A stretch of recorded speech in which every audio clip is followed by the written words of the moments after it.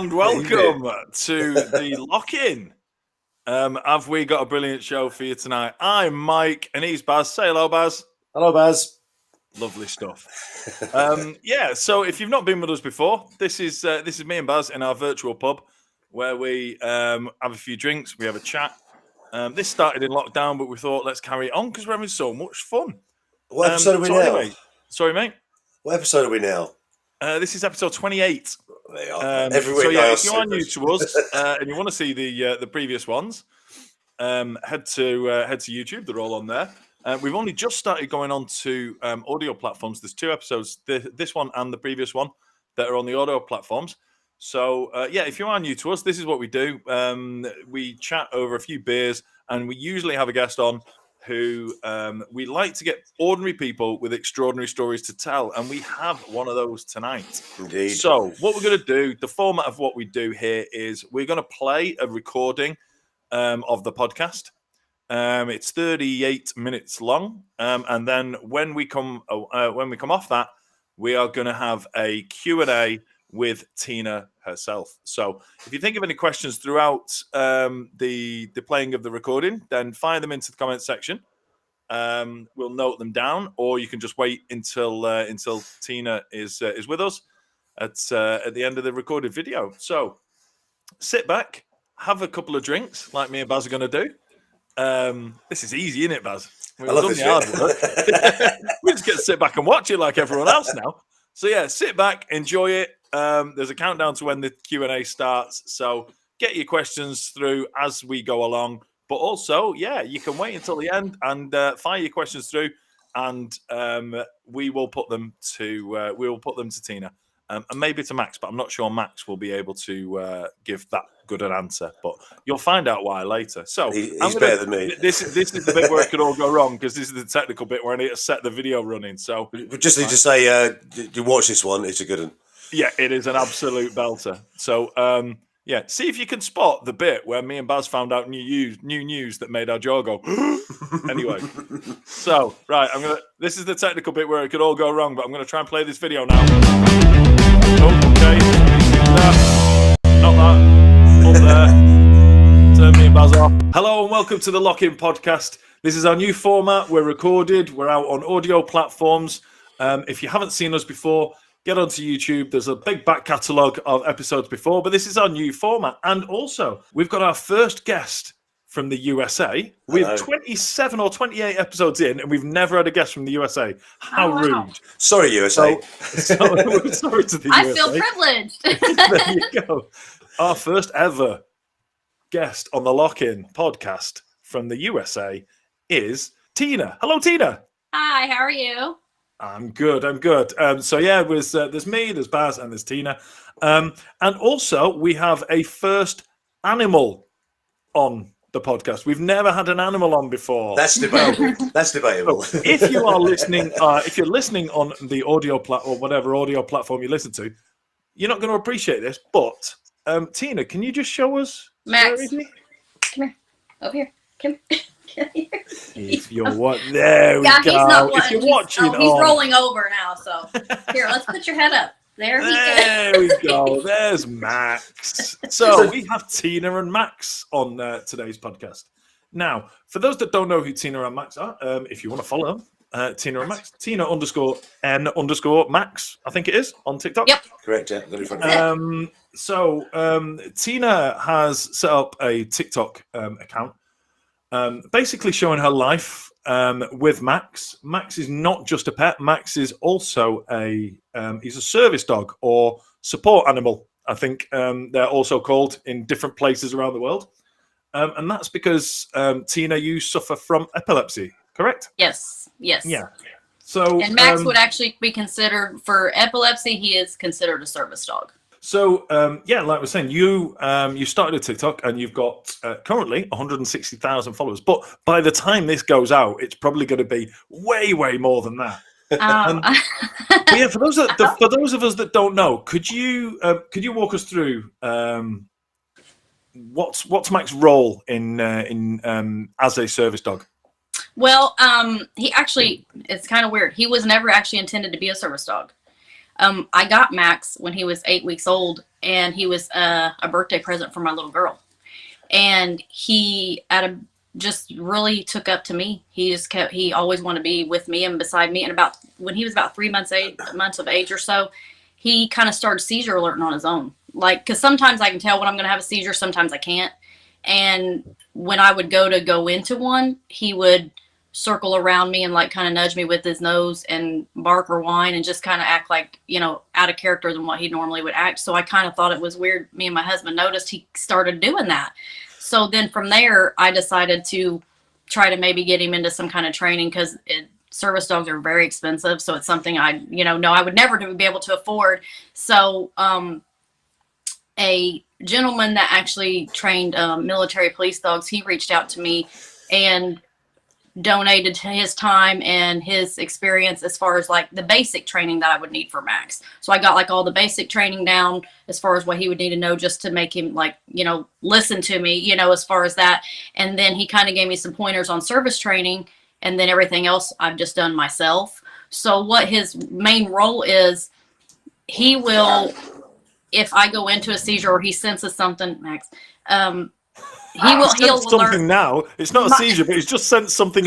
My other dogs are in there barking. I've got 2 little dogs and they bark at everything, so he hears them in there.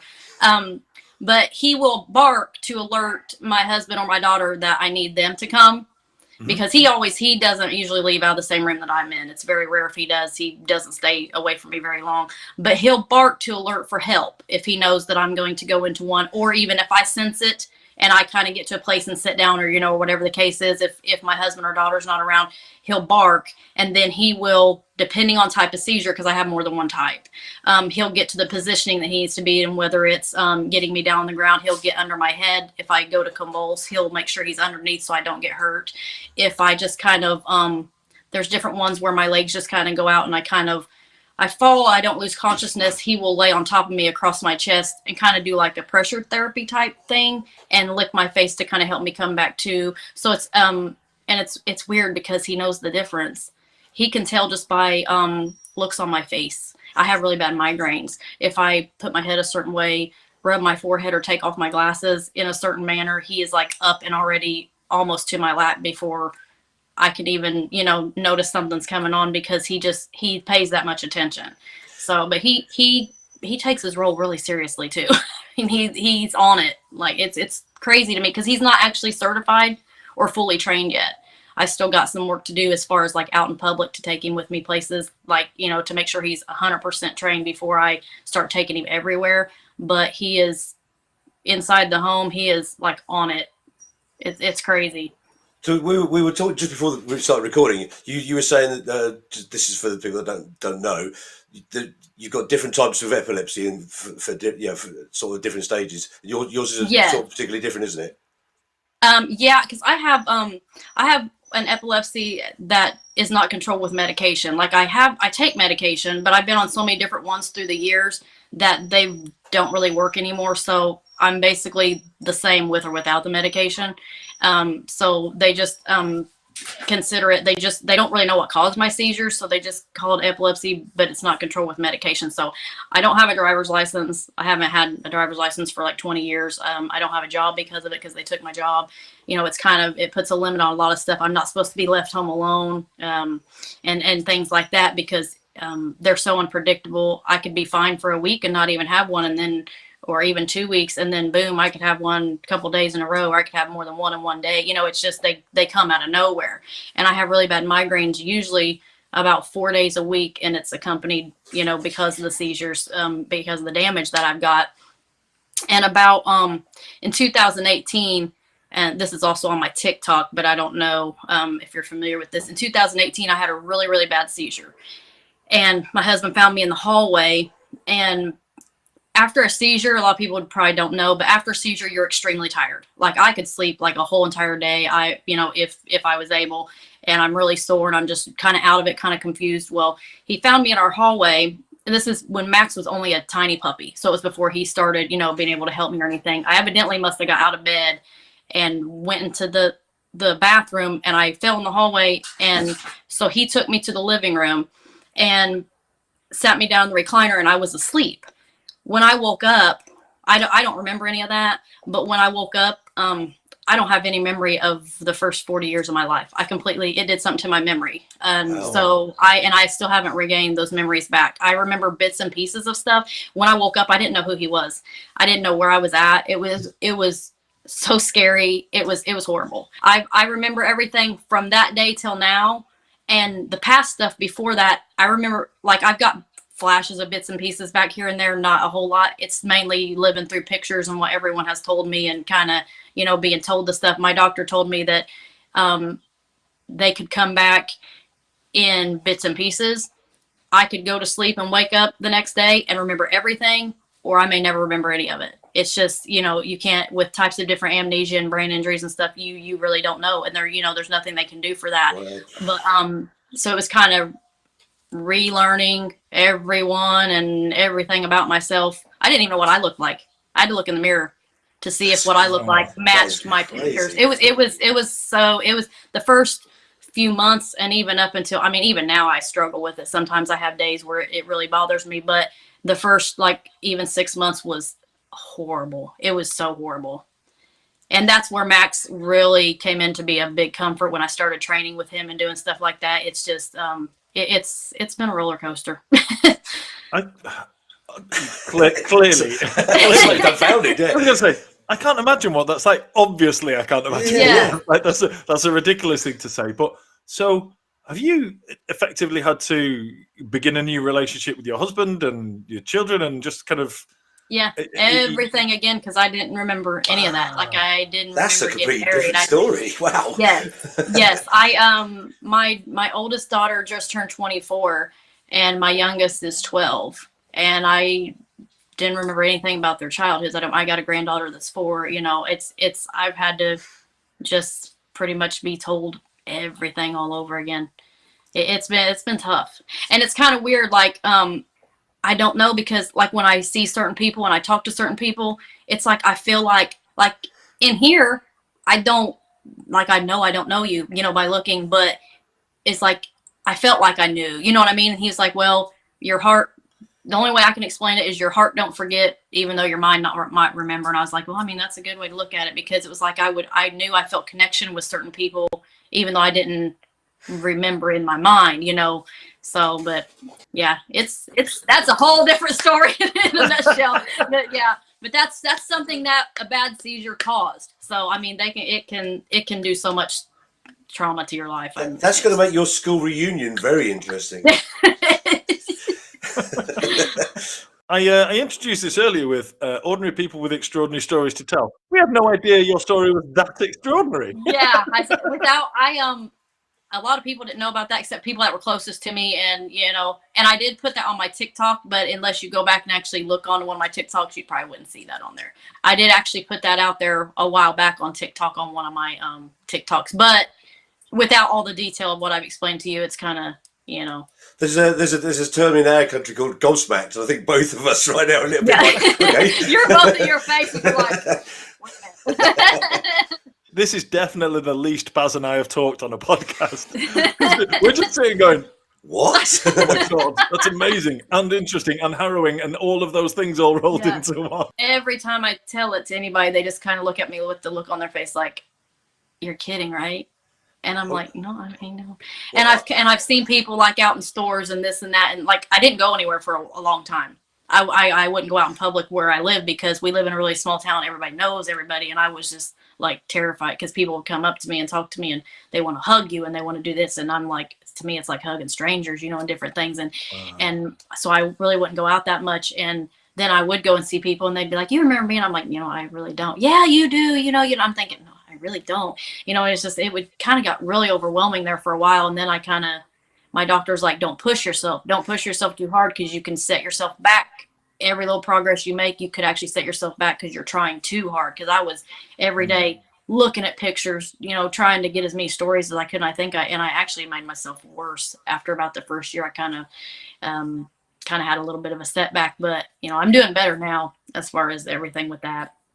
Well, I know you shouldn't make light of it, but I'm just thinking of all the people that I wanted to forget when I was 40. Well, that's what a lot of people say to me. Well, hey, there's a lot of stuff that you probably don't want to remember. Yeah. Now you don't remember, you know. It's a shame you can't choose which bits, isn't it? Yes, exactly. The first time we were, Kathy showed us your story and said we might be interested in getting you on the podcast. It was all about the dog, because I'm a massive dog lover. I absolutely love dogs. And you know what? When I see a service dog, or you know, a guide dog, or a dog that helps people with disabilities, I start to well up with tears just looking at service dogs. So I'm keeping it together so far, but my heart just melts when I say, because I just think, I call them dogs with jobs. I'm a bit more simplistic about it, and I just think dogs with jobs they warm my heart so much. Because they're just dogs anyway. Dogs anyway are selfless, loving, forgiving, Yes. compassionate, you know, great company, and all of those amazing things. And then you've got these ones who are, you know, who've got jobs. My two are just, they couldn't care less. They're just Yeah. asleep in the kitchen. They've got not a care in the world. Yours is, you know, Max there. He's on high alert. Yeah, and he could be like sound asleep. I didn't sleep well last night. That's why he's so tired today, because I had a really bad migraine and I was up about all night and he stayed up with me. So he's like really lazy today sleeping. But if as sound asleep as he is, if he sensed something even in his sleep or I started getting sick, he would be like on it. It's crazy to me. I got a little glimpse of that in one of your videos. The one of the first videos I saw was you were training him to respond if you had a seizure in the bath. Yes.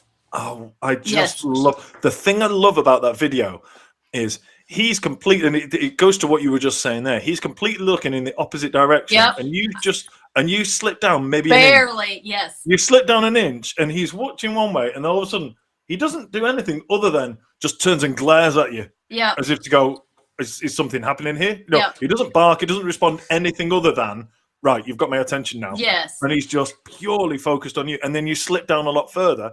And he then springs into action, like barking, trying to drag you up and things. That moment there, you know, it's quite, you know, it's relatively subtle. But that bit where you just move down a tiny bit, and he's just not paying attention. He's looking the opposite direction, and all of a sudden it's just like, boom, both eyes on you, and just like, is something happening here? It's just phenomenal, really powerful. And he will actually, which we're working on. I haven't got this mastered yet. I'm trying to teach him to pull the plug out of the bathtub. So that the water, I'm trying to teach him that. He's so big to get in my little bathtub, because really my doctor will always tell you, don't take a bath. You're supposed to take showers if you have seizures. But if I take showers, he knocks the door open the whole entire time, because he does not like that for the door to be shut, or even the curtain or whatever. He takes his nose and opens it. So I'm trying to teach him when I am in the bath if he needs to. But he's so big, it's hard for him to turn around. But he will actually get in the tub and get behind me and lift me out of the water if my head goes down. And he hates water. Max absolutely hates water. He hates the bath. He hates the rain. But he will get in if I need him. He'll get in the bathtub with water. So sorry, this gets me on to what you said earlier. So you didn't get him as a service dog. So he was like brought into your family as a pet. Yes. Yeah. Does he still get that opportunity to be? You know, oh yes. Yeah. Around the house, like inside of the house, when he's not wearing, like he's got a service dog vest, and you know, and got his accessories when I take him out of the house. But in the house, when he's not wearing his vest, he's just like a pet. He's treated no different. He is so spoiled, but he knows the difference when he's needed on his job, or when he's, I mean, we can be in full play mode or be just cuddling or be getting lovin's or pets or treats. And if I get sick, he changes completely. Yeah, it's like he just knows. But around the house, he is treated no different than my other dogs. He's actually probably more spoiled. For those that are listening on the audio platform, Max has just realised that he wasn't in shot. So he's stood up, he's walked across the bed, and he's proving that he is just a normal dog, because he's just having a little chill. He's having a little sleep behind her. So can I ask, what breed is Max? He's a German Shepherd. And he's a full-blooded. He's a King German Shepherd. Actually, he's a little bit on the bigger, because he's pretty good size, and he's full-blooded German Shepherd. So in the service dog world, obviously there are trained dogs to deal with epilepsy. Is he quite a common breed as a service dog? I've heard from other people that German Shepherds are, you know, one of the common breeds, and I've looked up stuff I really don't know myself, but I've looked up into and a lot of people I see have service dogs have German Shepherds. So I think a lot of it's with, I mean any dog, you know, can be trained to do, you know, different tasks and stuff like that, which I've seen. But German Shepherds, they just seem to be so intelligent. Like I've got other dogs, and you know, I absolutely am the biggest animal lover. I love all my animals, but Max is just so smart. Anything I teach him, it's like he has it down in 1 or 2 times. I can teach him something in one day that it might take my other dog like a month to because you know, I got 2 Chihuahua mixes, so they got minds of their own. I was just going to say that German Shepherds are often used as police dogs. Firstly, because of their size, and their, you know, they can be ferocious if you train it in the right way, in terms of, you know, really intimidating, but also because they're really intelligent. But just as I was saying, you talked about your Chihuahua. I'm not aware of any police forces around the world using Chihuahuas yet. But speaking of the Chihuahua, Is it 1 or 2 Chihuahuas? I've only seen 1. Have you got? I've 2 got Chihuahuas? 2. Yeah, I've got Yeah. 2. Well, the other one we don't really know what he's mixed with because we rescued him from somebody down the road that was actually gonna kind of throw him out. They didn't want him anymore, so we took him in. We've had him about a year, so we don't know what breed he is, but he's yappy like a Chihuahua. So he's small, so I say he's probably mixed with some kind of Chihuahua. Is that Alvin, or is Alvin the Chihuahua? Alvin's the Chihuahua, and he's the oldest of all the dogs, and he is the most dominant. Max is the least dominant of all of the dogs we have. You think he'd be the king of the house and the more dominant over the little dogs, but he's not. He's the least dominant. He just kind of goes with the flow and does whatever they want him to do. It's crazy. It's funny. Another one of my favorite videos of yours is one where Max has picked up that you're not in a great place. So he gets up onto the bed and he's really snuggling in because, you know, it's not just he's not just there for you to alert you in the case of a seizure, and if he's there to lift your mood and just, you know, he knows when you're sad and the video, I love it. You're on the bed and Max jumps up and in fact, Alvin jumps up first, couldn't give a shit about you. Yes. Max jumps up, goes, "You're not very happy. Come here." Like, it gives you a big hug. Meanwhile, I don't know if you've noticed, but it looks like the Chihuahua's watching the TV while that's happening. He's just sat at the end of the bed going, whatever. Yeah, he could care less. My daughter was actually in here, and he was standing there looking towards the TV, watching what she was doing. He didn't care what was going on with me up there. He could care less. It was amazing. It just made that video for me because not only did it highlight how compassionate, understanding, and, you know, and amazing Max is as a service dog. It just basically gave the contrast of everybody else's dog would be doing what the Chihuahua was doing. Well, that's why a lot of people commented, "What about the Chihuahua in the corner? He could care less." And I'm like, yeah, he doesn't care. No. If I go into a big seizure, he will whine after it's over and he'll come and nuzzle up to me, but he's not, he takes his times of, he don't want to mess with most of the time. But yeah, Max is something else. So the fascinating about this is that, have you looked into the kind of science of why Max is able to do what he's able to do and your other dogs don't sort of like, you know, do the same thing that he does? I don't really know, but a lot of people have told me it's just some kind of a instinct that they have, and I know people have told me that the bond with their handler, you know, with the trainer and stuff, it puts them more in tune with them, and you know, the better your bond, the better the dog's gonna be at what they're doing. And Max and I mean, as far as, like I said, I treat him just like a pet when he's in the house. I don't treat him like, you know, no, you got to stay down. You got, you know, like a working animal, like that he doesn't get attention because he's treated, you know, he's treated wonderfully. And I think that's what makes our bond so strong because, I mean, we just have a great, you know, animal handler bond. Besides him being a service dog, he is my pet and he's a family member. You know, I don't treat my pets like pets. You know, some people say they're just dogs, but to me they're not just dogs. I treat my dogs, you know, like a member of the family, you know. What's the timeline with Max? Did you have him before your really big seizure that sort of rendered your past sort of a thing of the past? We had only had him for a couple weeks. He was really little. He was only about 10 weeks old. My oldest daughter, when that happened, the day that it happened, she took my dogs to her house, you know, just to kind of give me a break because everything was so overwhelming. And she said Max stayed at her door and howled and whined until she brought him back home. And we'd only had him for 2 weeks. Yeah, okay. And she said he would not even lay down. He wouldn't do any. She said he sat by the door and he howled and whined until she brought them back home.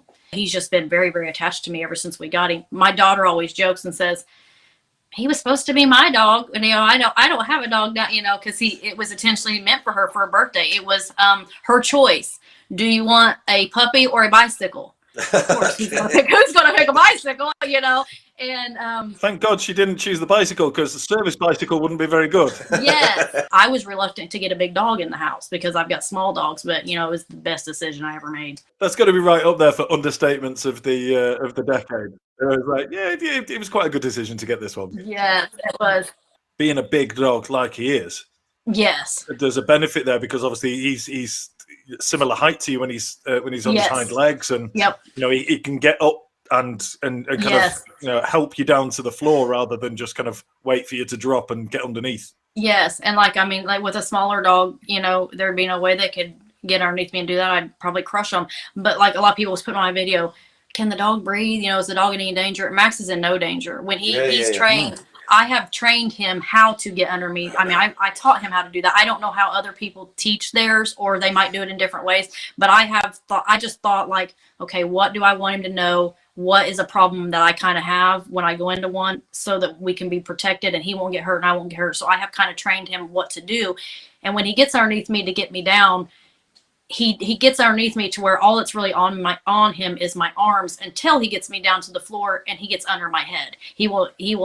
That's why in that one video you see his legs moving. It looks like he's kicking. He's not kicking because he's stuck. Somebody was saying, you're smashing the dog. He's stuck. He's kicking. He can't move. He was moving himself up to get under my head is what he was trying, without him actually moving all the way out from underneath me. He knows his positioning. He knows what he's supposed to do.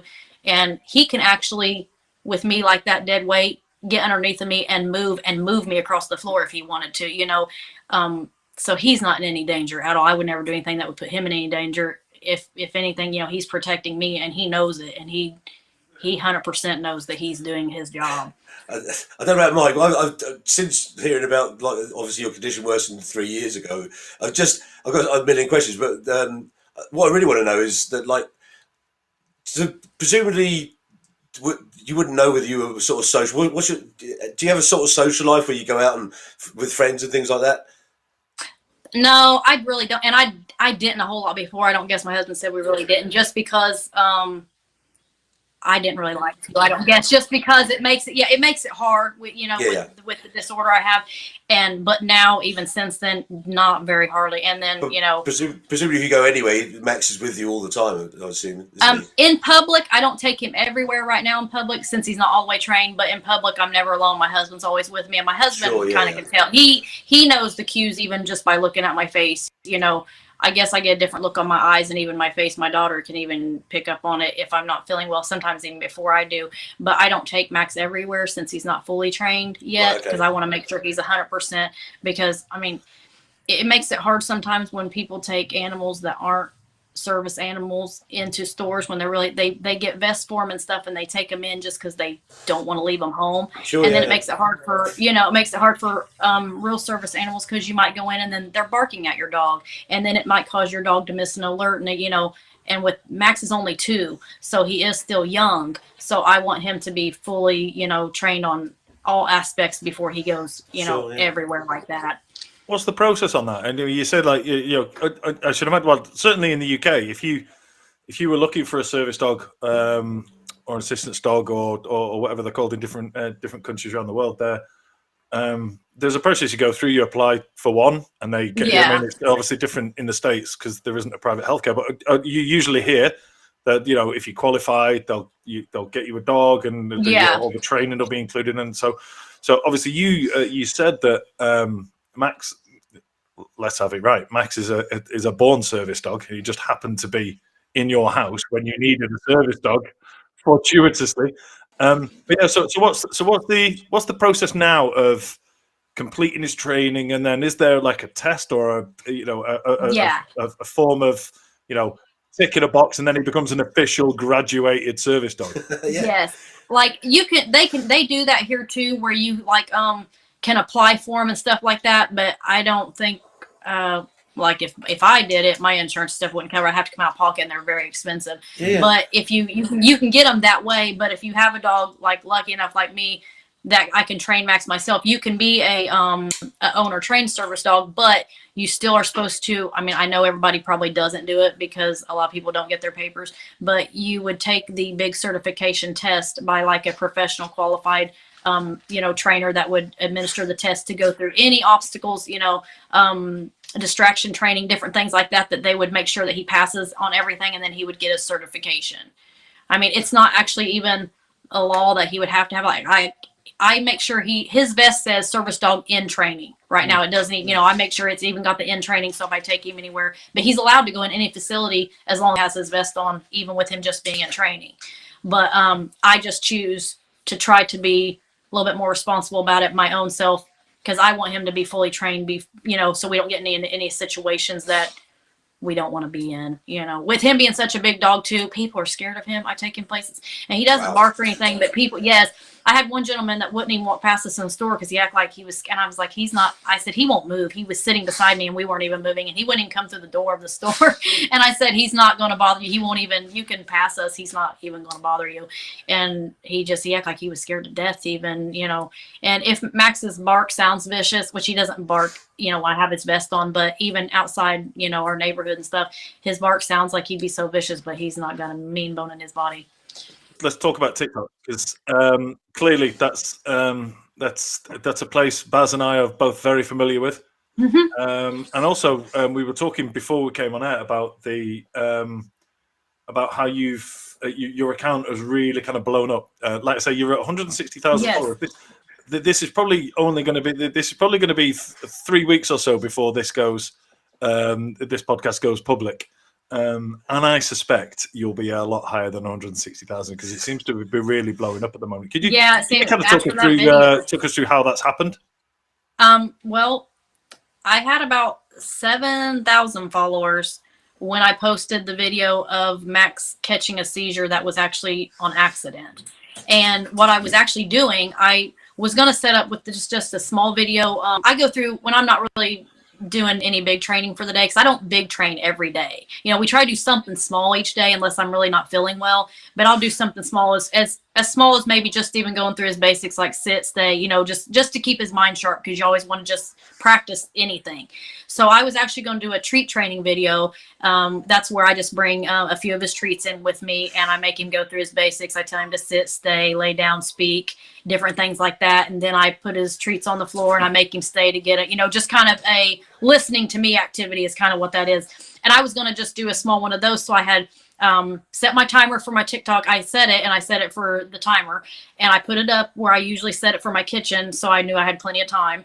And I turned around and I had just got done doing dishes, but I had one dish left and it was the cup that I had been using. So I was going to just do it really quickly and get it all done before I started, but I had everything set up and he was laying by my feet and I hadn't even been turned around for just a few seconds when he jumped up and started smelling around my legs, and then he started jumping from sides of the sink and then go around the other side and jumping. And I told him to get down at first because I had been feeling, you know, pretty decent that day. So I wasn't even thinking that he was alerting. I just thought he was, because sometimes he does that when I'm doing dishes. He'll jump up at the side of the sink and stand there beside me. It's not nothing. But then when he kept doing it from side to side, I thought, what's he doing? So I went to turn around, and when I did, I got the weird feeling in my head that I knew something was coming. So I knew what he was doing.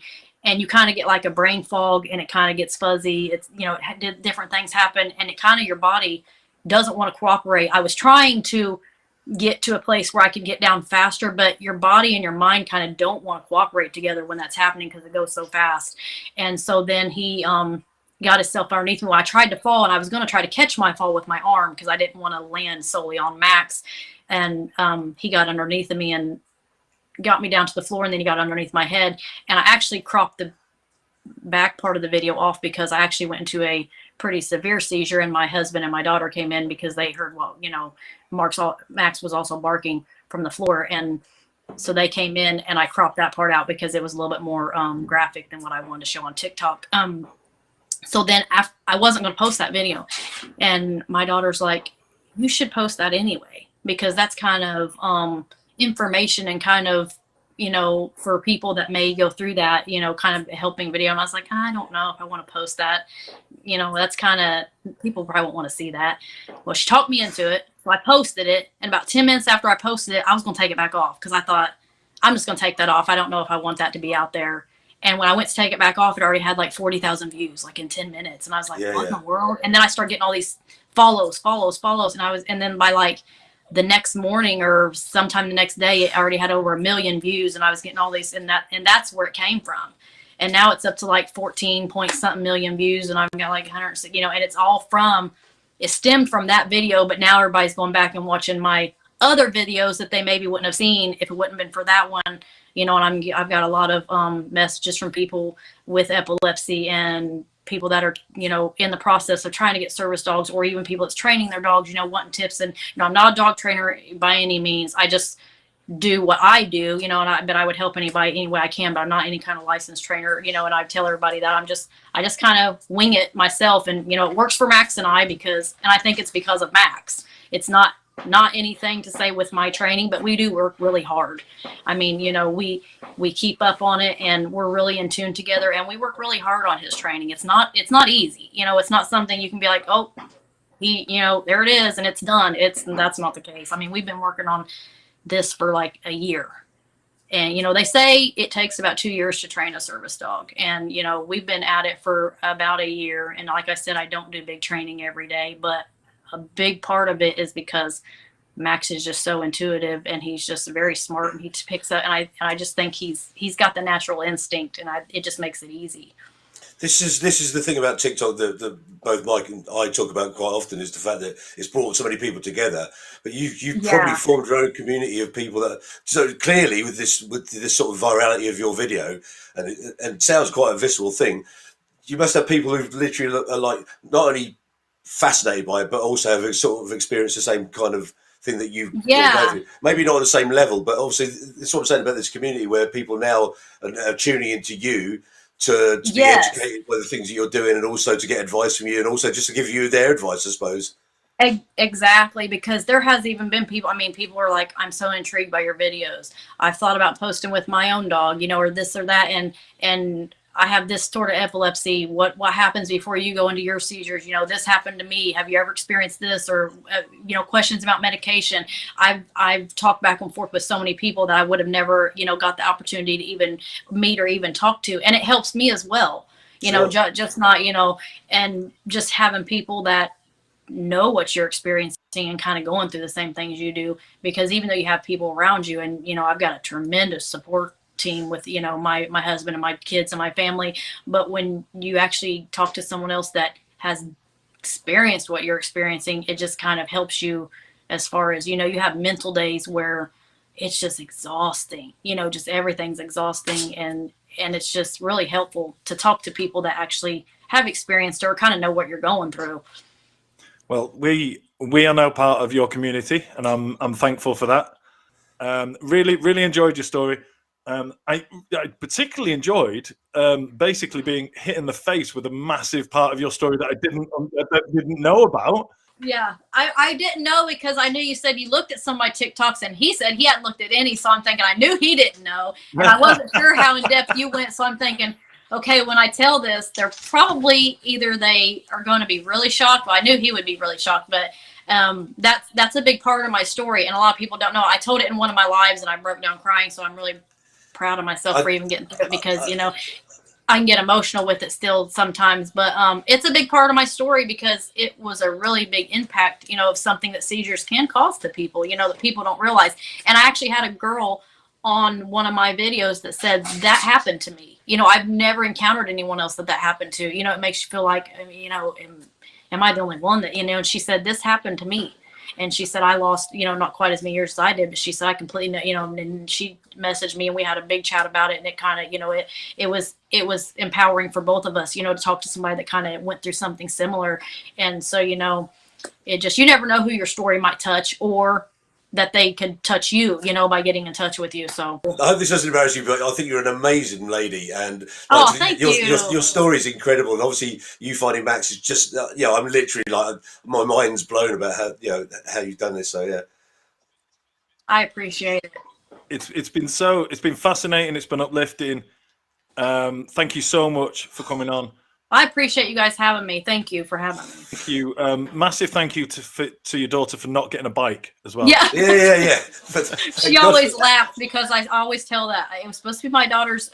Max, what are you doing back there? Max has basically come to finish the video by cleaning himself in an intimate area in the background there. So thanks for that, Max. If you if you are listening on an audio platform, if you want to see that, you'll have to head over to our YouTube channel to get. And I think it's worth saying he's a beautiful dog. Thank you. He's absolutely gorgeous. He's literally the most handsome German Shepherd I've ever seen. Thank you very much. He's amazing. So again, Tina, thank you so much for joining us. Thanks to everyone for listening, for watching. Please, wherever you're listening or watching, subscribe. We will have more extraordinary people with extraordinary stories to tell coming up. Go follow Tina and Max and just see the story for yourself. Tina_N_Max on TikTok. Go and follow. Thanks again for everybody for watching, for listening, and we'll see you next time. Thank you.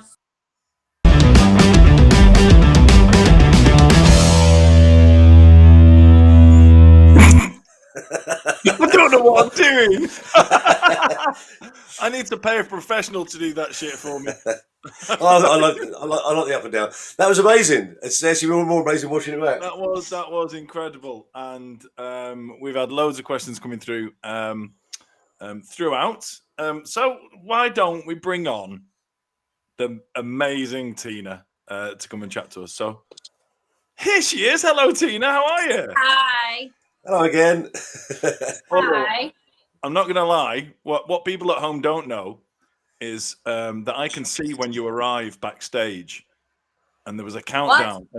But I can see. Nobody else can. I can see when you arrive backstage, and I saw the clock at 1 minute 25 until the Q&A started, and you still weren't here. And I was like, at that point, my dogs started to come and ask if I was okay. That's what I would say. But we're all good. We're all good. We're here. So we've had loads and loads of questions. So if you've got any more questions, people, keep them coming through. How are you? I'm doing pretty good. Yeah? How are you? Yeah. Yeah, we're really good. I've come off of about a week and a half migraine. It finally let up a little bit today, so I haven't been feeling the greatest the past week, but I'm doing okay. Oh, wow. Well, that's good news then. No, obviously not good news about the week and a half, but good news that you're coming out the other side of it. And there's Max. We can see Max in the background. He's laying down still in his spot. He's like a coiled spring. He's ready for action at any point. Well, once again, it's worth noting that obviously it's daylight where you are, because obviously you've got your curtains shut. Yep. And, yeah, it's still daylight. Baz, you've got no idea how many times Tina and I had to check what time it is that I needed Tina to be here. I was getting so confused. We were going, well, where are you? I'll check on the internet. You check on the internet. And it took ages for us to realise. I could just go, what time is it now where you are? Yeah.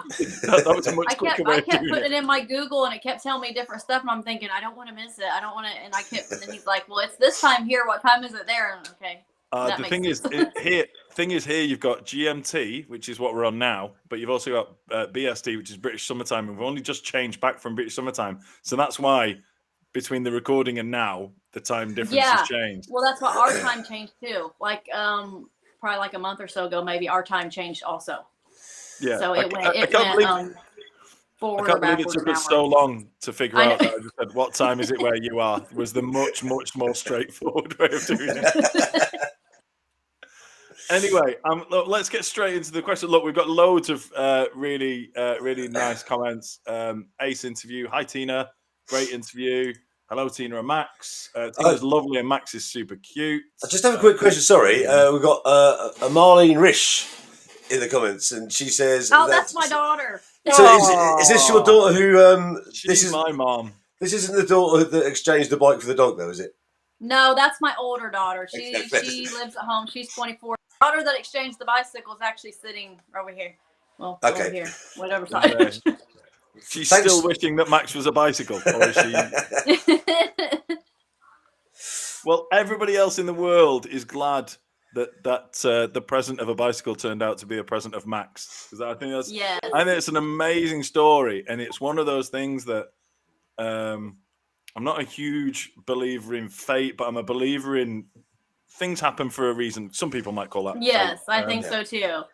But yeah, the fact that you were planning to get your daughter a bike, you decided to get her a dog, and 8 weeks after getting the dog, you had your most significant seizure, which resulted in 40 years of memory loss. I just think that's that's just amazing. Whether it's fate, whether it's pure coincidence, either way, I think it's brilliant.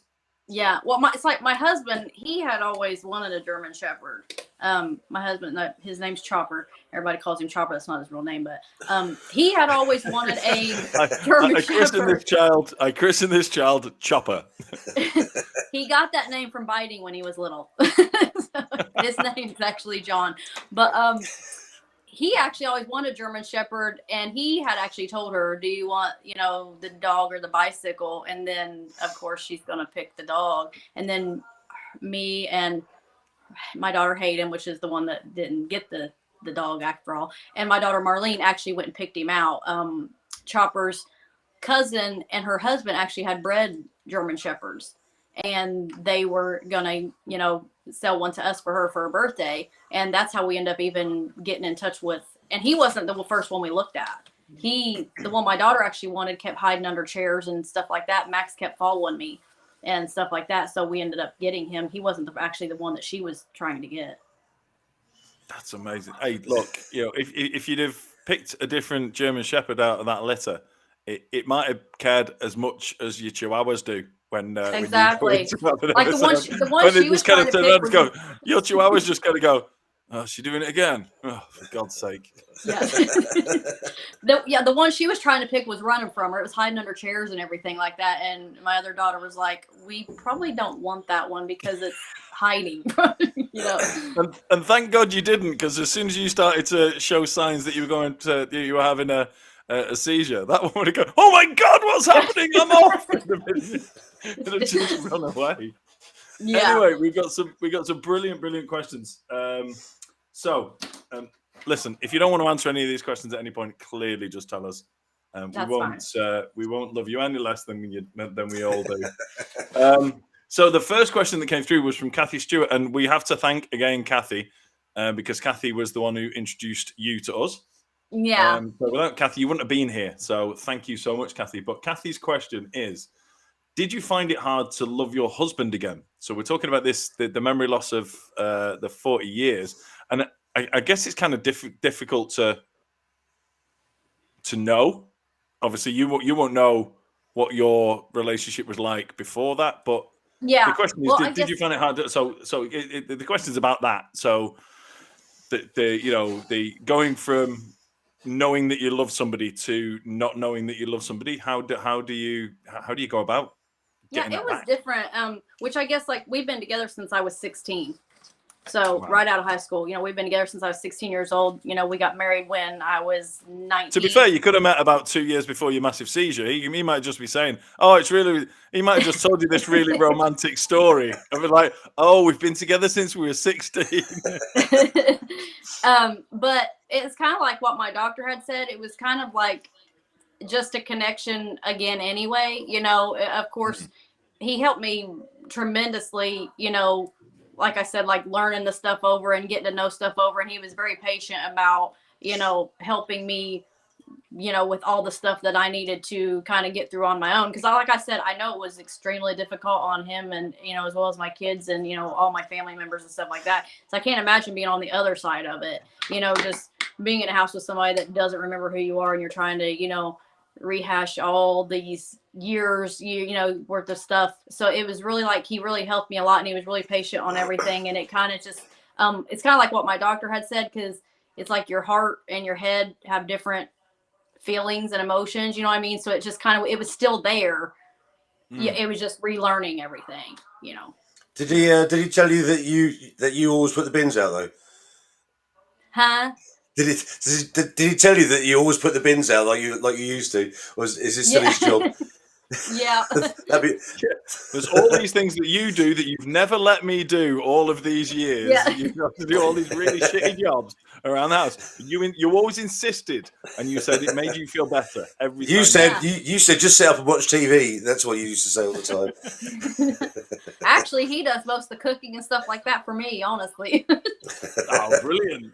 So no, that's really cool, because it's kind of I guess I mean, I clearly don't know anything about the science or the medicine behind it, but I guess you're still the same person. You just don't remember. So yeah. you were attracted to somebody and were with somebody for so many years for a reason, and that reason hasn't changed. And I guess it's kind of like that. Yeah. Okay. Next question is also from Kathy. There was more than Kathy asking questions. She was very keen at the start, so I'm just reading them out in order. Have you got the same personality as before? I've had some people say that I've changed somewhat, but some people say I'm exactly the same. So I really don't know. Some people say I'm a little bit more forward, and some people say that I haven't changed any at all. So I guess it's just a matter of who I'm talking to and what their opinion is of me, I guess. Well, I guess if some people say yes, some people say no, then it must be close. To use like boxing terminology, it's a split. If it's a split decision, it must be close. It's not definitely. Not definitely no. She's completely different. Well, I guess as well that you're more inquisitive than you used to be. Surely. Yeah, for sure. It was like, do I like this? Do I like that? Well, that's what when we first, I remember going into like just for instance McDonald's to get something to eat with me and my husband after it kind of all happened and I first kind of started going places. I remember we'd go up to the cash register and I'd look at him and say, do I like this or what? And he'd say, well, you usually got that. And I'd be like, what do I like? And or I'd order something. He'd say, you never liked that before, or something. And the people behind the counter were looking at me like, why are you asking, do you like this? Because I would look at him and say like, well, do I like this? Or do I like, kind of just to kind of get a feel of things. And some stuff actually that I didn't like before I do like now and vice versa. It's kind of weird. That's interesting. Yeah. It's weird. Do you know, there's one thing I would do that's just kind of brought something up to me is that when you say you lost your memory, you must remember things to be able to function. So when you say you went to McDonald's, did you remember? Forgive me if this sounds like rude, but I'm just trying to kind of understand what it is. Yeah. But it's did you even understand the whole concept of restaurants and is that there? It's just your personal memories aren't there? Yes, exactly. Like my doctor explained to me because I kind of asked him like, how do people would say like, do you know how to use a fork? Do you know how do you know how to speak? Stuff like that. And my doctor said he used it in this kind of a scenario. He said like, you might not remember ever having a driver's license and getting your license and stuff, but if you got in a car, you'd know how to drive that car. It's a different part of your brain that does certain types of memories. You might not know the recipe on how to cook something, but you know how to eat and you know how to do, that kind of stuff, but you're not, saying like, so it's kind of hard to know why you know some stuff and why you don't, but he said it's kind of like a different part of the brain that does the function type stuff and the, and stuff like that, as far as like the personal type things like that. So it's I guess it's basically like as I get older, I forget things. So it's I'm guessing it's the same thing as that. Is that you're forgetting things rather than of how to breathe and how to stand, how to walk. So it's just stuff in your life. That's what he said. Like you wouldn't have to learn how to walk again or how to talk again because that's a completely different part of the brain. As far as those functions and different things like that. Because I kind of questioned the same thing too. I was thinking like, how do I know this, but I don't know this, To be fair, Baz, I have had to help you walk a couple of times. That's fair. That's a different story. Completely different reason. I'm pretty sure that's not neurological. Marlene, just going back to when we said, is your personality the same? Marlene is pretty sure that you're a lot more forward now, and that's coming from your daughter. That's a lot of. I've had quite a few people tell me that I'm a little bit more outspoken and stuff like good that. For you. Good for you. You bloody deserve to. Do you know? Okay, next question. So the question here came through from Indie Stew or Stewart, and we were talking at the time. You were talking about how Max is really intuitive, really good at doing this, and your other dog's not so much. Stu's asking, can dogs teach other dogs? So I don't know if that's like. I'm pretty sure it doesn't mean do they sit them down and go right. Go on, lads. Stay there a minute. But if it's like, do they pick up on it? And have you noticed your dogs become a bit more intuitive about it since Max has been doing what he's been doing? Well, see, the one that we haven't had as long, Lucky, he's kind of real timid and real scared because he didn't have the greatest life before we had him. So he would probably be really scared, in those situations. Alvin, we've had him the longest. Today's actually his birthday. He's 7.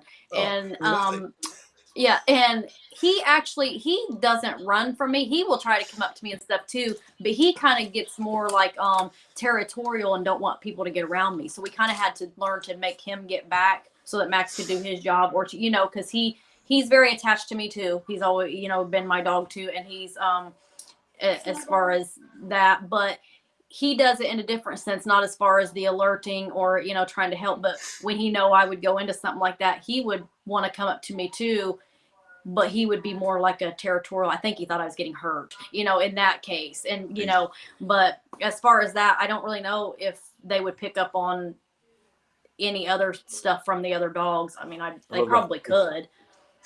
The Chihuahua's the Chihuahua's the police and Max is the paramedic. I think Yeah. He's your security detail. He's there. It's like, step away, let this guy do his work. Come on. Yes. That's amazing. Okay, what else do we have? Does Max stay with you till you're totally recovered, or does he not like people around you?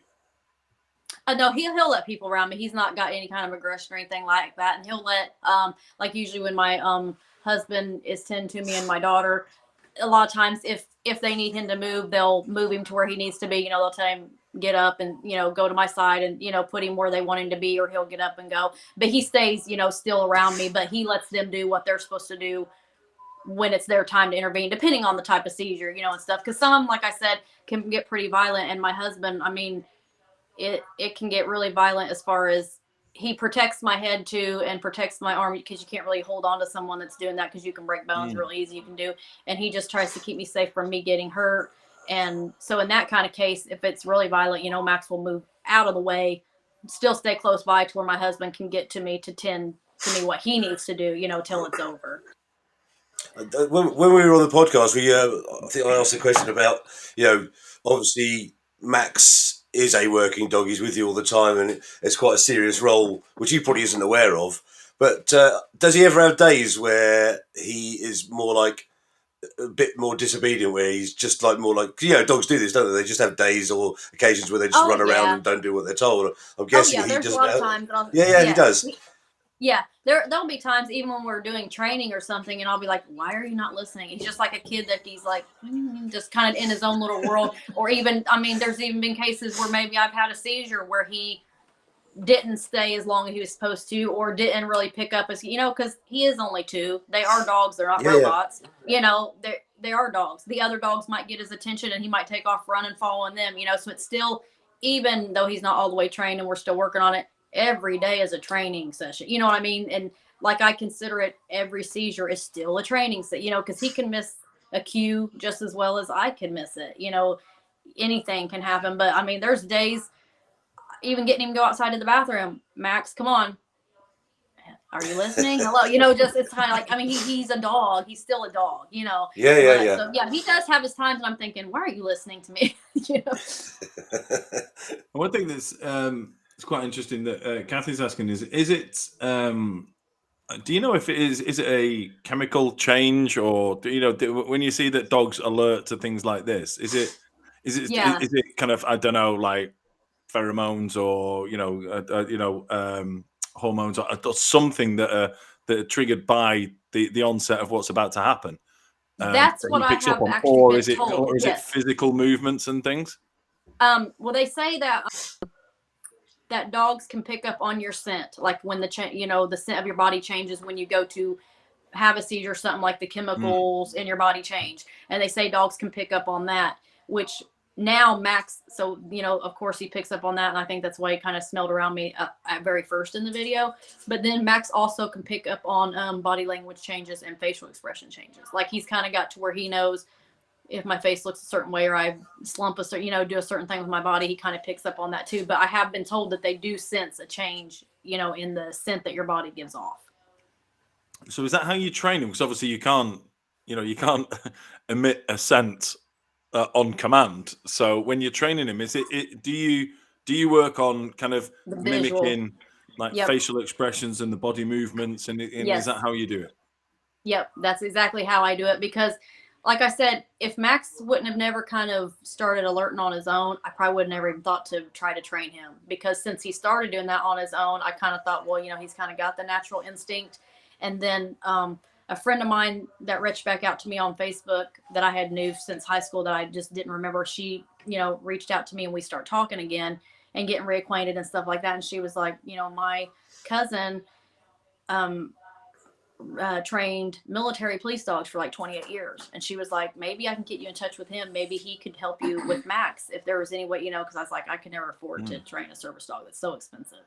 So he reached out to me and he said, to do like the basic obedience stuff and everything. And he said, if you're willing to put in the work and the time, I will donate my services to you like once a week. And I will kind of teach you what to do as long as you're willing to put in the work for you to do it. And I was like, I'm totally, ready to do that. So we started, he just come to my house once a week for like a month. So like 4 times in 1 month. He came here and he taught me the basic obedience stuff to teach Max, just like to stay and, different things like that. Then we went to a couple sessions where he worked. They all collected money and bought Max's gear for me, like his training vest and all the stuff that he would need to actually be a working dog and to be, his place that he actually worked, bought all that stuff for Max. Wow. So he took us out a couple times in town and showed me what to do as far as like how Max is supposed to walk, where he's supposed to stay, that far. Then kind of after the COVID stuff hit, we kind of halted everything. So I just picked up on my own and did all the actual seizure training from home. But like I said, I do from like the facial, like, you can't actually know when to smell for something. So I just do like the different facial expressions, or this certain way I might slump my body, or taking off my glasses and doing certain things like that he picks up on. So that's I'm just kind of winging it. Go on. Go ahead. Oh, I'm kind of just winging it because I'm not a dog trainer, so I don't really know what I'm doing. So I just kind of think of things like, what might he pick up on and what I want him to do, and then I just kind of go from there. So I can imagine it's quite tricky, because I can imagine there's some of those things are really quite subtle in terms of like facial moves. I know from training my dog, I've trained my dogs, and we got 2 dogs. One of them's 3, who's very well trained because I put in more effort, and even by like literally like 8 weeks old, he could do like 10 different commands, and you drop something on the floor, he wouldn't touch it. The other one, I put in much less. It's almost like a case study for like. Yeah. I put in much less time training the other one, and he's, he does the basics of sit, stay, and all that kind of stuff. But yeah, he's the one who we're constantly, because I taught the first one, if something drops on the floor, that's not yours, and I didn't teach that with the second one. Literally, the second one can be fast asleep, and he'll hear something drop on the floor, and he'll be over. And he'll try and steal it before you pick it back up again. And it's just a real case study, the 2 things. But when I've been training mine, it's always been quite an obvious thing. It's either been a hand signal or a verbal command or something like that. So I can imagine it's quite tricky to do real kind of subtle little tricks. And in fact, I saw it on one of your videos. You turned around and you went like that to get Max to move. And even that is a really kind of, that's quite a small cue for a dog to pick up on. So So how do you go about that in terms of just kind of real kind of subtle changes in facial expression or movements, real subtle ones like that? How do you get a dog to pick up on that? It's so hard. I don't even really know how I do it because I don't really know what I'm doing. I'll just tell Max, like, he used to be just treat motivated. That's what, I started with the trainer, and then the trainer's like, then you want to eventually be able to take the treats away to where he does it just with you. But when I start to do something new, I always kind of have some kind of little training treat, and I, put him where I want him, and I kind of tell him to stay, and then I'll maybe do something. And when I do it, then I'll say, like, if I want him to my side or I want him in a certain spot after I do that facial expression or that body movement, I'll put him where I want him. And then I'll tell him, like, good boy, I'll give him his treat and everything like that. And then we'll just repeat it like over and over. And then he just picks up on it really easy. He's been very easy on stuff like that because I really don't know how he picks up on the stuff that he does. That's literally how my wife trained me. This is where lift his hand, and this is where how you put something in the dishwasher. Good And boy. here's a Pat him on the sausage. head. Okay, got that. It completely crossed my mind. Completely passed me by that we've got a dog trainer in the who's watching.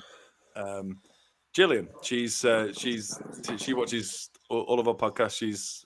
We met her a couple of weeks ago.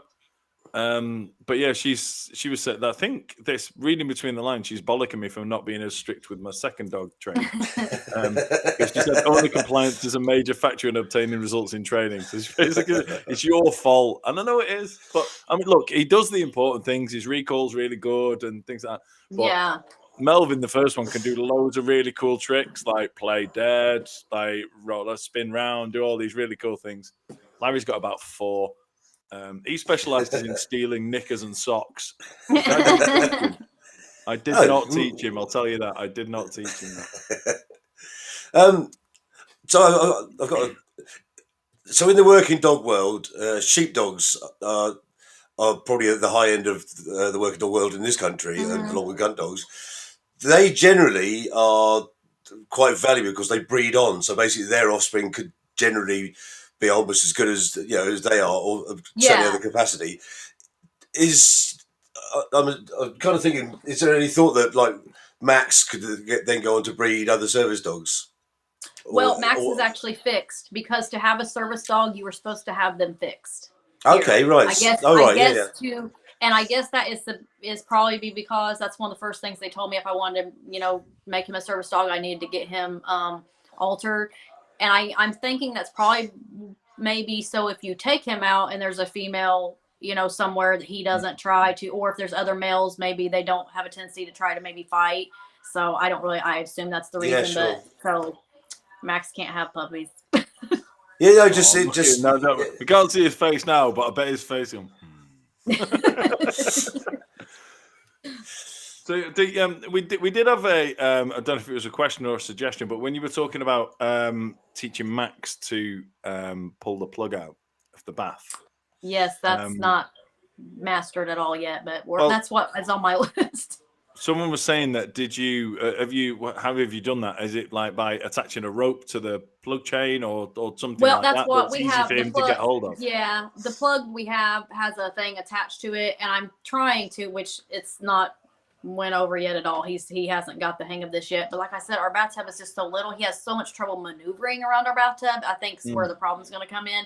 But we have a thing attached to our plug that I'm wanting to teach him how to pull that out, but we haven't got that mastered at all yet. So I think I might have a solution for you. I think you train the Chihuahua to go and get the plug out, and then you train the German Shepherd to get the Chihuahua out. I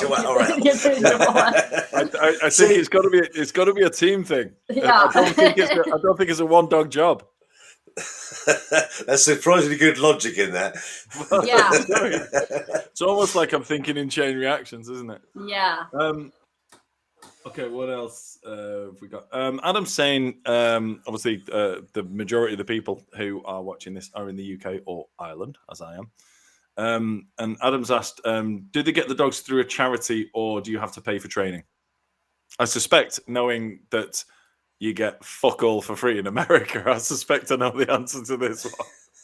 Yeah, well, yeah. If I wouldn't have got Max the way I did, just so happened that he was my dog, and then I would never got a training dog because you have to pay for it, and it's not free at all.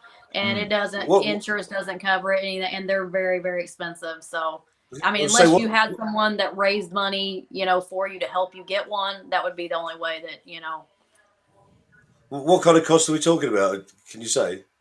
The prices that I would have kind of heard, it depends on what kind of training you're going for, and if they supply you the dog, or if you get a dog that you want to be trained, like $15,000 to $25,000, and then some, and it could be even higher than that depending on the depth of the training. And because they were telling me when I had kind of questioned about it before, you're looking at probably $25,000, and there was absolutely no way. And so luckily, Max just fell into my lap the way he did with the instinct he has. But I know it can be very, very pricey. I'm not being funny, but I mean, I love dogs, but for 25 grand, I'd want a fucking giraffe. I want a dog. Do you know what I mean? I'd want a service giraffe. Imagine how good that'd be, getting his neck underneath you. Right? You know, that could be a thing. That I might have stumbled across a thing. Yeah, you might be onto something. Well, it brings up the bike again, doesn't it? I mean, how much was the bike going to be? Yeah, exactly. A I bet it bike's wasn't like going to be 25 grand. Yeah, it's not near that much. I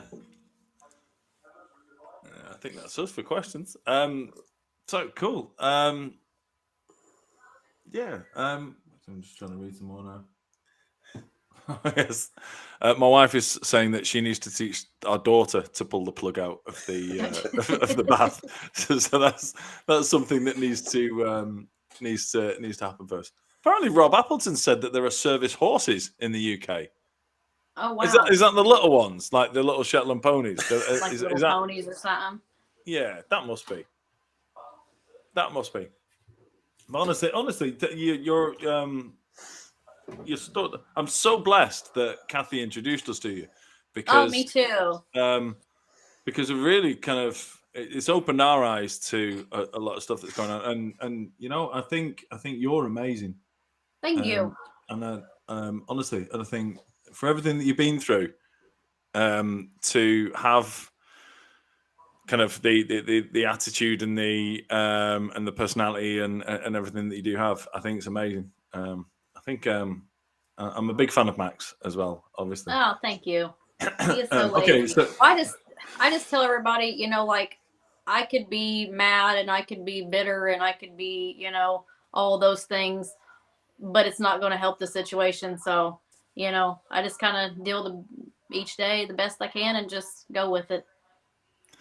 I'm going to clip that audio and I'm going to send that to all my mates, and because it doesn't matter what what hand you're dealt in life, and let's have it right, you've been dealt a pretty shitty hand, but it doesn't matter what hand you've been dealt in life. That is so true. It's like you can get pissed off, you can get upset, and all of these negative things, but yeah. They're not gonna change that. I find it like it's such a breath of fresh air to hear it from somebody who goes, like, constantly goes through the things that you go through. I think you're amazing. Thank you. So Jimmy said, do you ever find memories are triggered by something like reading a book or watching a film, and you remember the ending, or do you? And I know we said before that your doctor said don't try too hard to remember things, but do you find that little things do kind of crop up and you go, oh, actually, yeah, I've just that's kind of, remembered that? Well, I've kind of had like different dreams before of stuff, and then I've maybe asked people, and then they've said, oh, that like really happened. And then like not too long after it happened, I was taking a bath and a song come into my mind, and I had asked my husband, and he was like, well, that was the song that was at our wedding, and different stuff. It's just, stuff like that. But music, my doctor had told me, like, listening to music to stimulate your brain, maybe songs you used to like and songs you used to listen to, and, and looking at the pictures and stuff, just not overdoing it. But a lot of stuff, and my husband might show me like songs or different things, and then I'll think, be like, that really sounds familiar. I don't know if I remember it, but it kind of sounds familiar, you know what I mean, and stuff like that. And he would always send me music a lot, even in the first month, different music groups that we listened to and different songs and stuff like that. And that kind of helped as far as even just soothing my moods and stuff like that. As far because, I mean, don't get me wrong, as far as like being mad and stuff like that, I mean, I had my moments where I stayed in bed and I cried, or I was just mad, or there for a little bit, and then I just kind of came to the realization that's not going to help anything. It's just going to make it worse. So so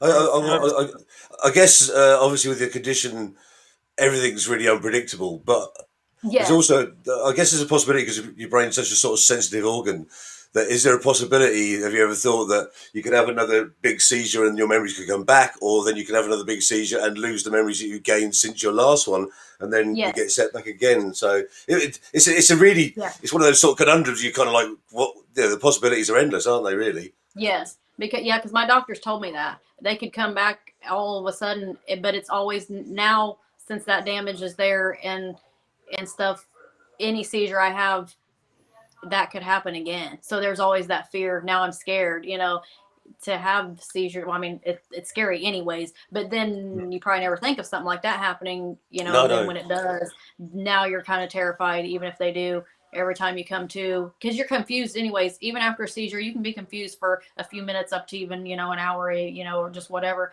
And then you know, I'm sure they're thinking like, oh my gosh, is this another bad one? Or, you know what I mean? And stuff like that. Yeah. And I'm the same way. So it's just, it's scary.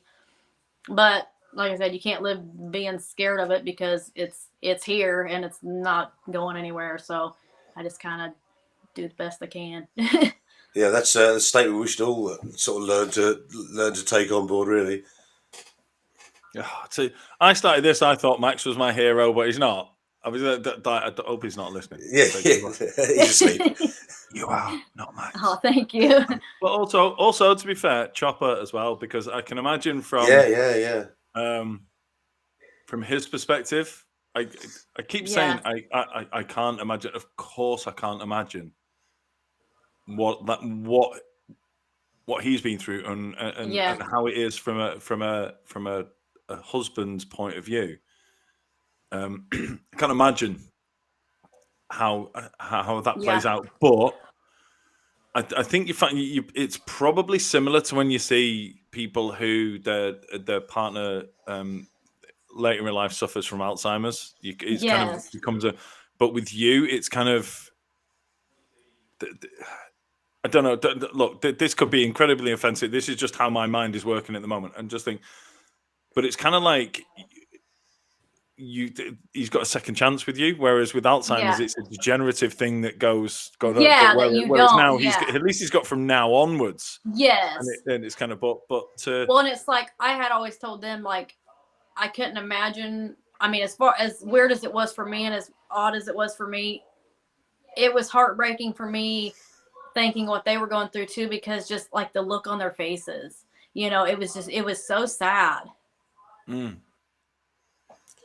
Yeah, which we quite often end like our podcast with, you know, what's the future and, you know, where does life take you from here? But your life seems very unpredictable, you know, because of what's happened to you. Yeah, it is. But like I said, my husband and my daughters, and then I got a granddaughter. She's 4, and my daughter just found out she's pregnant. So we're going to be having our first grandson in June. So it's like, you know, I've got all these things to look forward to, and they have just helped me, you know, beyond anything I could ever imagine. So they've been such a huge help. That's unbelievable. I've got a couple of questions before we go. One is Kathy is asking how to.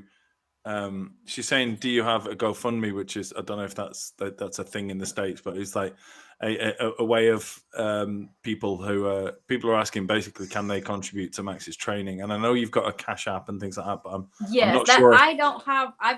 They do GoFundMe here in here. I don't have one. No one's ever set one up for me, and I've never set one up for myself or anything like that. But I have a Cash App on my my TikTok account. I'm not sure in the UK and Ireland if we can contribute to a Cash App. So, okay. Look, set up a GoFundMe. It doesn't take long. If you don't, I will.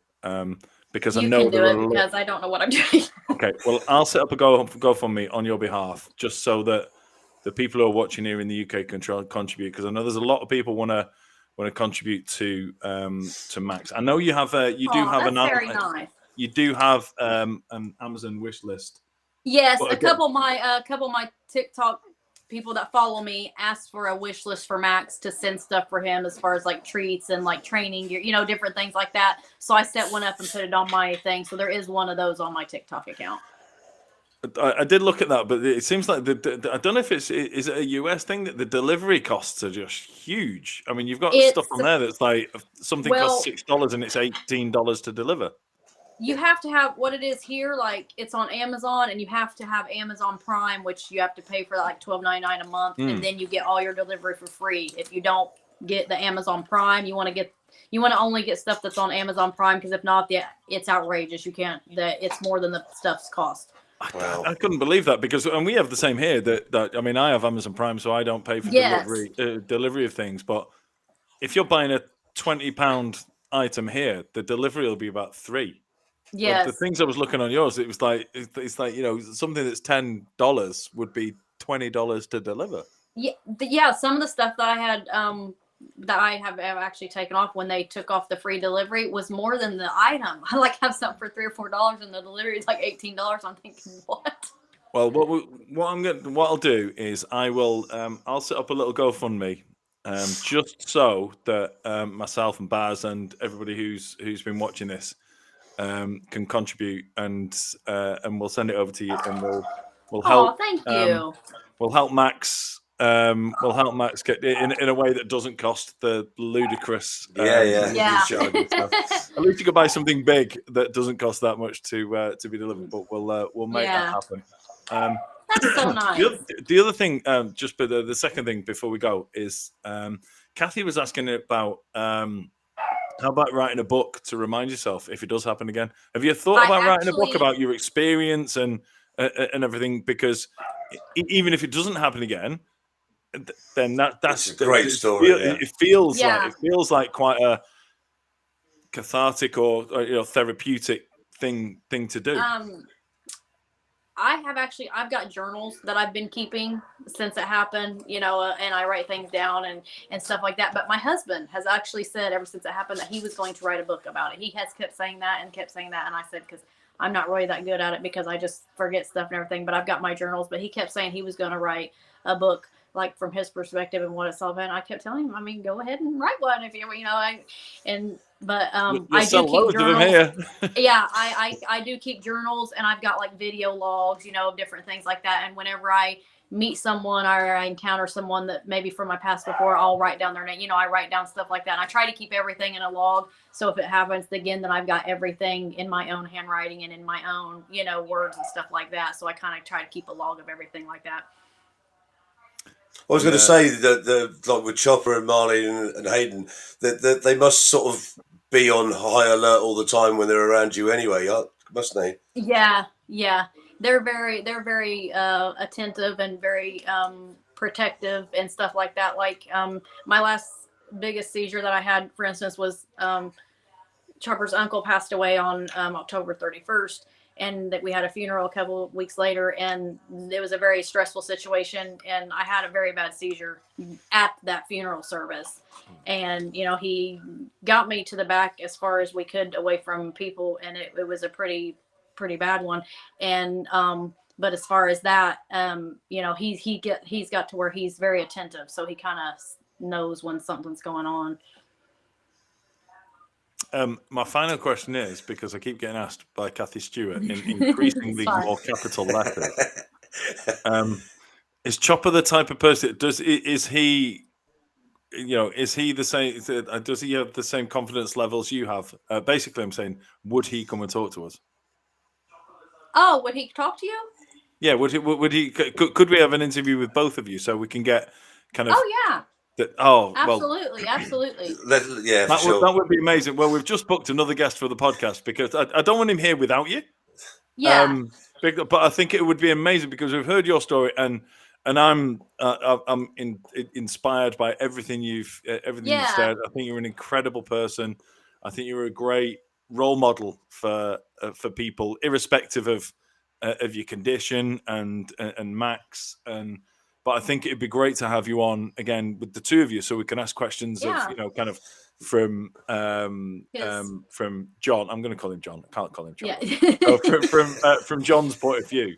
That would be amazing. Absolutely. So, well, maybe in January sometime we'll get that. Because obviously we're kind of.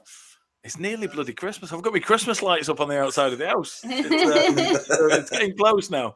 But yeah, look, I'll be in touch, and we'll awesome.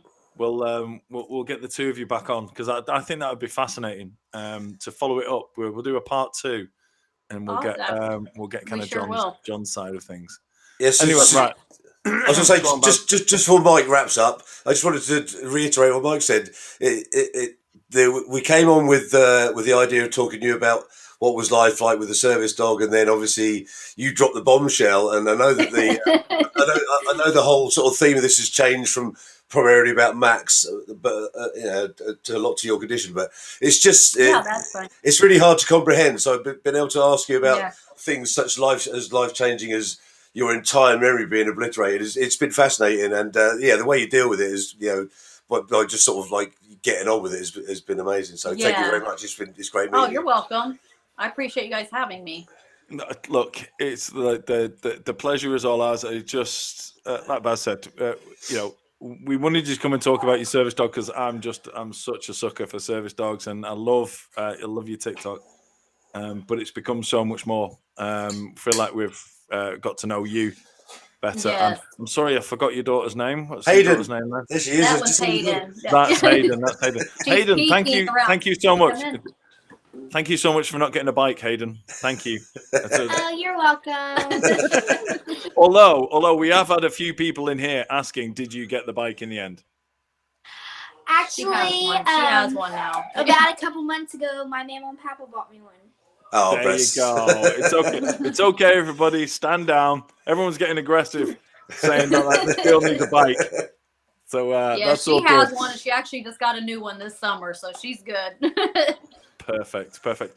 Listen, we'll speak to you again. Thank you so much. Thank you, Tina. Thank you, Hayden. Thank You're you. welcome. Thank you, Baz. Thanks everyone for being in the comment section. It's been absolutely brilliant.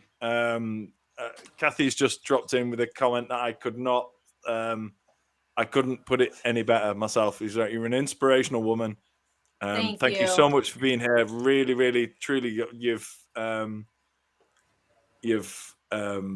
don't want to big up to, but honestly, you've enriched my life by us just chatting to you. So thank you so much. Thank you guys for having me. I appreciate You're welcome. It's been great. Thanks everyone for watching. We'll be back next week. Next week, people. Baz and I will be together in the same room. There won't be a line at this side. We're not allowed to tell you why.